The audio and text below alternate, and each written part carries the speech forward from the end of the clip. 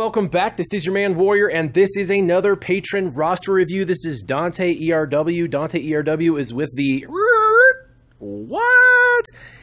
Inquisicha. Okay, I'm not even going to try. Whatever that guild is to the top right. Yo, shout out to you guys. Sorry, I cannot pronounce that. Anyway, Dante, what's happening? He is a completely free-to-play player. Everybody's saying, well, he's got some good characters and he's in the top 100. There's no way he's free-to-play. Yes, he's completely free-to-play. He's been here since the beginning of the game. This is what you get if you don't spend any money, is you get a bunch of Gear 10 characters, and if you're lucky, if you can get a few Gear 11. It is difficult. The grind for free-to-play is real. So this guy is going to be a great example of what to do and what to look forward to. This is going to be a really fun in-depth on Dante's. So the first thing he asked is, how do I get better mods? So check this out.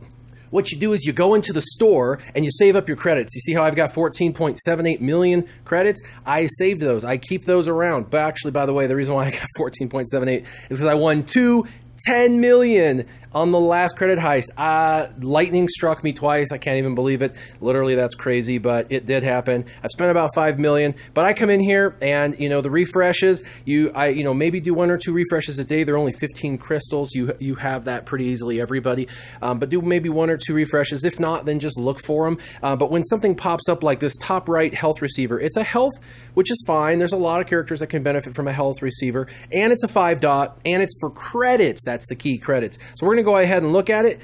What? It's got high protection, and it has 2 forms of defense. This is perfect for a tank or any of those support characters that are kind of tanky that you really want to speed up. And it has speed as its primary. We know this is going to go to 30, and you should never pass up a arrow that can go up to 30. So we're going to buy that.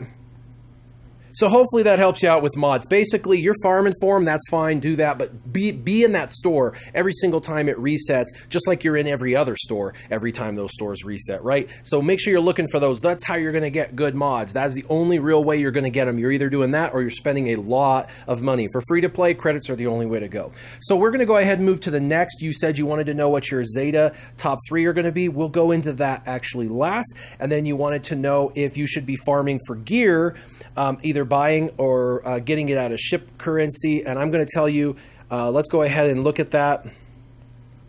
For free to play, I highly recommend that you focus on a ship that's in here and a character that's in here that you need to get. These are the fastest ways to get certain characters like Rex and Maul and their ships like Slave 1 and the TIE Advanced and whatnot. There's a lot of really good things in here.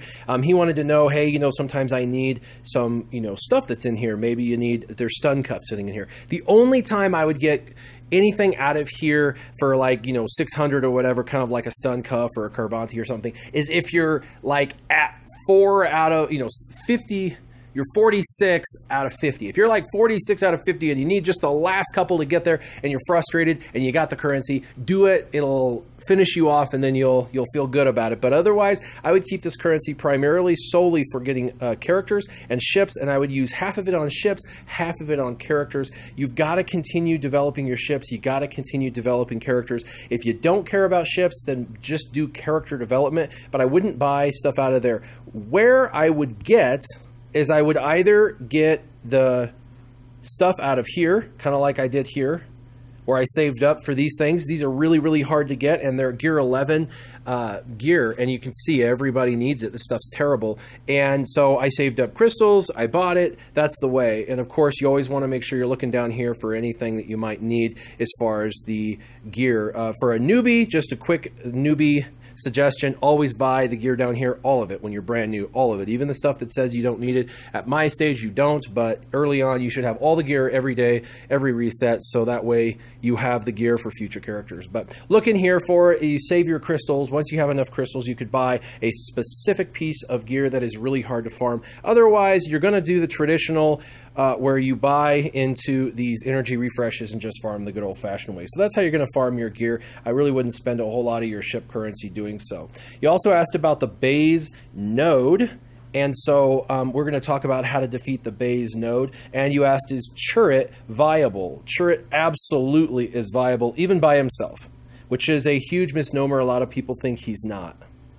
All right, so let's go ahead and get right into it. You want to know about the raids, what you should be using for raids, Zetas, and how to get through that last node. Let's go ahead and knock all those out. So phase 1 of the raid because you are free to play, this is going to be the route that I suggest for you, is Jedi. Pretty much all the Jedi are free to play. They're all farmable, and they're pretty fast to get up. You have an Ima Gungai. You're going to have to continue to develop him, but Ima Gungai is amazing as a counter. You can use him. He's great. You can also use Ahsoka and Jedi Knight Anakin combined for two massive damage dealers.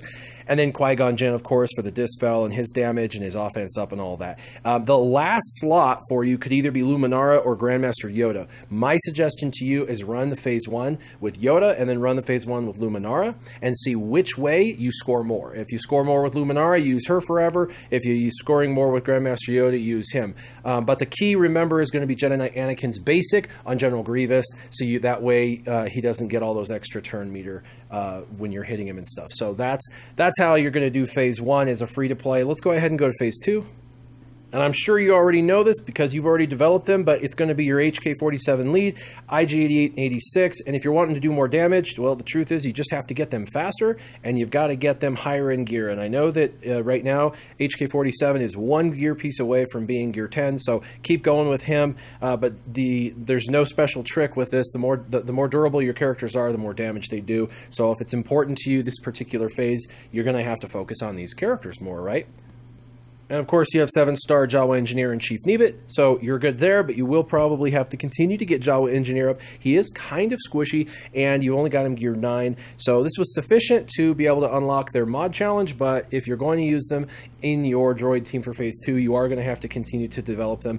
Chief Nebit is a tank, so you're going to want him as high as possible if you can get him to gear 11. Now, you're needing 6 pieces for gear 11. That's going to be a terrible grind, but it is suggested if you're going to use the droid's Jawa combo in Phase 2, which is kind of your only hope. When I looked at your roster, you've put all your eggs into this basket for Phase 2, so that's fine. Just make sure that you continue developing those characters you built for this team. So for Phase 3, because I noticed that you did not have Chief Chirpa, and that is a huge grind to get Chief Chirpa all the way unlocked, and then get him to 7 stars, and then gear him all the way up. You kind of need to use what you have, right? Economy of motion, the fewest characters for the best gain possible. So this is going to be a team I suggest for P3. And that, simply put, is Emperor Palpatine as the leader, TIE Fighter pilot as underneath Emperor Palpatine, going to take a ton of turns. You're going to have Royal Guard for speed down and a tank, but you're going to have to develop Royal Guard a little more at gear 9 as a tank. He's not going to stick around very long. You're also going to use Stormtrooper Han in this, and this is going to be great. He's going to be the first one to taunt. He's going to get hit a bunch before he's dispelled. It's going to give a bunch of turn meter, help you get a bunch more shocks up, and as well as allow TFP to go. TFP is going to go quick. He's going to put debuffs down. He's going to take turns for days. So TFP is going to be awesome and an MVP for your damage dealing, but Stormtrooper Han's going to be there. When Stormtrooper Han's about dead, Royal Guard's going to taunt, and then it's going to leave Stormtrooper Han around for a little bit longer. The last slot for P3, you could either stick in Darth Vader because he's highly developed, or you could stick in your Sun Fac. He has gear 9. Again, you would have to get him higher. If Phase 3 is important to you and you want to do more damage in Phase 3, then your 2 tanks, Sun Fac, Royal Guard, you're going to have to develop them more. You could also use 5s as your 3rd tank. He's a non-taunting tank, but they do dispel the taunt, so 5s would put the speed down. Like Royal Guard does. So it's just a thought, but definitely Stormtrooper Han because he's one of your highest characters already. And now let's move into Phase 4. As I suggest for most people in Phase 4, I would actually suggest Rebels, which you have a good set of Rebels.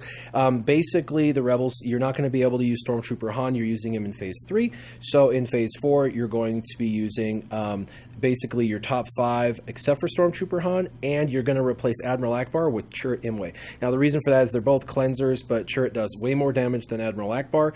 He has a great cleanse. He has the capability of putting tenacity up, and he's going to keep your team around for much longer. So because of that, Chirrut Imwe, even by himself without bays, is absolutely viable. I know a lot of people that would disagree with that statement, and they're wrong. He is viable. He's just more viable and more OP with his base counterpart. But with himself, like you've got him gear 10, you've used him, you know, he's awesome. So continue to use him. Just put him in Admiral Akbar's slot, and you're going to go ahead and have Wedge as the leader, Biggs, Lando, so you've got some AoE damage with Wedge and Lando. You got Princess Leia, who can stealth and also put up that critical chance up for everybody to ensure that during the dive bomber run, you don't lose everybody because they don't have buffs. So Chirrut Imwe in there, Lando, Biggs, Princess Leia, and and Wedge Antilles' lead. Now let's look at the Rancor. For the Rancor, it's not too difficult to assume that you got a relatively decent team already sitting here, but you asked who the first Zeta should be. You actually wanted to know the top 3, and the top 3 for what you have is going to probably be number 1, Vader, and this would be the way to get more damage in Rancor. Now I know a lot of people saying, oh, they got, you know, they nerfed him, that kind of thing. He didn't get nerfed. They were trying to fix him, right, because he's supposed to only take 20% turn meter each time they do damage, not 60%, you know, so that's what they're trying to get it back to. But you don't have him Zetaed yet. He would be still my first choice. You're not going to regret Zetaing Vader. He's going to help you with the Rancor, and if you do that, your team could then consist of TIE Fighter Pilot, Royal Guard, and Emperor Palpatine. All 3 of these guys in the top 4 of your Empire are going to do turn meter reduction, speed down with Royal Guard, and you're going to get the TIE Fighter Pilot, who's going to put tenacity down, which is critical for free-to-play since mods become kind of a problem getting your potency up real high. So TIE Fighter Pilot, Royal Guard, Emperor Palpatine, and Darth Vader. As far as that 5th slot, you could either do Tebow, since you have him developed 7-star, gear 9, you could use him for turn meter reduction. He'll give you a couple of turns if you strategically use it when you're, you know, really in trouble, when you haven't taken away enough turn meter with the Empire. You could use him to kind of wipe away that slate from the Rancor, so he'd be a good option. Another option would be your Darth Sidious. Darth Sidious, you've got pretty high 7-star, you know, you've got his abilities leveled up, and you could easily spend a little bit of Omega to get his demoralizing blow, to get the expose on it. So there's that. Darth Sidious is going to take away turn meter because he's a Sith underneath the leadership of Darth Vader, and so Darth Sidious is not a bad way to go. Tebow is more tanky and can do turn meter reduction at a greater amount, but Darth Sidious can expose, put dots up, which will speed the process up, and does quite a bit of damage. Plus, Darth Sidious can heal himself when he hits, so he can keep himself kind of alive through just doing the damage. So when I'm looking at your characters, you're doing a great job. You're focusing on who you need to focus on. I'm sure you're happy that Count Dooku was relevant and then got irrelevant and then became relevant again, because you had spent some time early on, you know, a year and a half ago developing him, but he now is someone that you're probably happy that you have at gear 10. The rest of it looks like you've prioritized pretty well for free to play. You've done a good job getting the characters up. The only one that I see down here that's like a glaring, oh my gosh, you haven't done anything with, of course, Darth Nihilus. Everybody should have Darth Nihilus and should have him leveled up to the highest ability. This should be your side project for the next month. Put him a favorites tab, put him in your favorites, and work Darth Nihilus. He's going to be available in any composition. You can use him in the Rancor raid, you can use him in the AAT raid, you could even make a Sith team for Phase 2 if your droids just aren't cutting it, and he would be phenomenal in that team, especially if you Zeta Vader. The other 2 options for Zeta, because you're wanting some focus, is Qui-Gon Jinn, and the reason why I'm suggesting Qui-Gon Jinn is you really want to pass that node 9B, 9C, and if you Zeta this, it's going to give him all that foresight, which is going to really help with your survivability in that node, and it goes along with the suggestion that I'm about to give you for node 9C.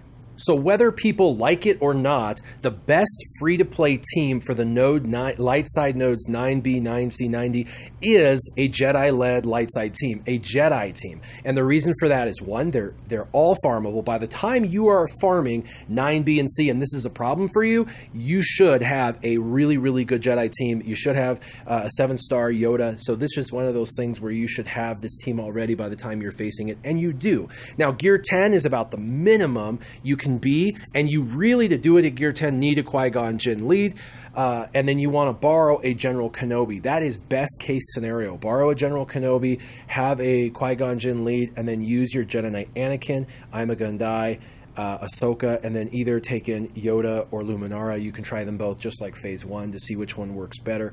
So this would make sense to do this as a Zeta. I know it just depends on, is the node more important? Do Qui-Gon Jinn first, his Zeta first, and his Zeta's cheaper a little bit than as far as the other mats, the Omegas and the purple mats, whereas the Vader's a little bit more. But I would do Vader and then Qui-Gon, or Qui-Gon and then Vader, and then for the last Zeta that you're going to be taking a look at and deciding on what to do. Really, for your top, the only two that I see that stand out to me as a utility character you can put on any team that the Zeta will make way more durable and definitely make that character much more usable in the raids and also in arena is going to be either Rey or Boba Fett. You have both of them gear 10, 7 stars, level 85. So those are both excellent characters, and both of them have a utility, unique Zeta, which means you can use their Zeta on any team. They're not a leadership ability Zeta. So this would make for a good third Zeta for what you have unlocked. For everybody that you've got unlocked, this would be the third. But I would do Vader or Qui-Gon Jinn, and then I would worry about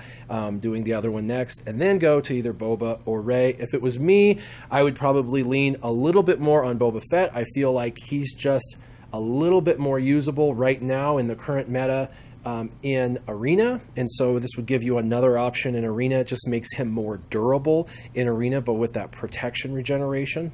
So Dante, you're doing very well. Things look excellent. I hope this has helped focus you on the heroic AAT. I hope you have some Zeta drive and direction of where you want to go. I hope you feel better about how to get some mods out of those stores for the credits and farming them and whatnot. And I hope you understand that sure it's viable and how to do and conquer the Baze node. You're going to use the Jedi for the Baze node. Have a Qui-Gon Jinn Zeta lead with the General Kenobi as a borrow, or if you don't have the Qui-Gon Jinn Zeta lead, you can always try it with the Qui-Gon Jinn lead borrowing.